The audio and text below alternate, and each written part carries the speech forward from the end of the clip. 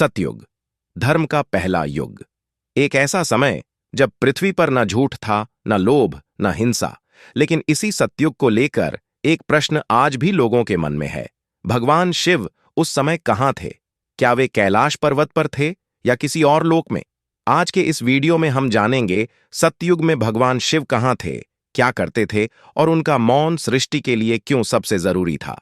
हिंदू शास्त्रों के अनुसार 4 युग होते हैं: सतयुग, त्रेता युग, द्वापर युग और कलयुग। सतयुग वह युग था जहां धर्म अपने चारों चरणों पर स्थित था। हर मनुष्य सत्य और तपस्या से जुड़ा हुआ था। इस समय ब्रह्मा जी सृष्टि की रचना कर रहे थे, विष्णु जी पालन में लगे थे, लेकिन शिव जी किसी कार्य में दिखाई नहीं देते। क्यों?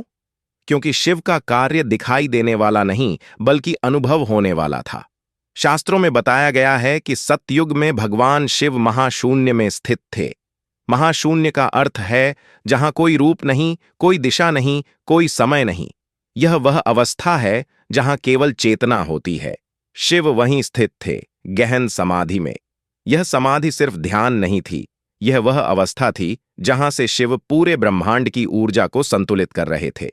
आपने सुना होगा, शिव मौन है, लेकिन यह मौन कमजोरी नहीं बल्कि सबसे बड़ी शक्ति है।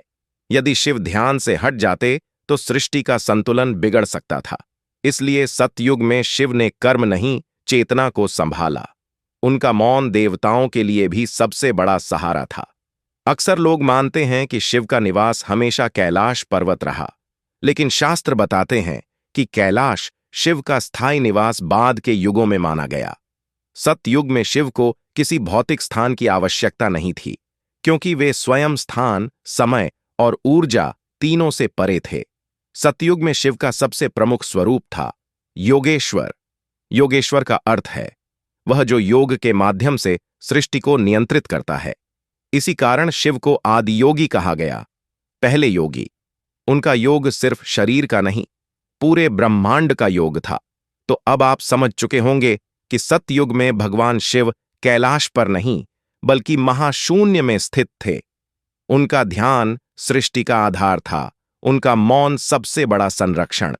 यदि आप ऐसे शिव, सतयुग और सनातन धर्म के और गहरे रहस्य जानना चाहते हैं तो चैनल को सब्सक्राइब जरूर करें। जय महादेव।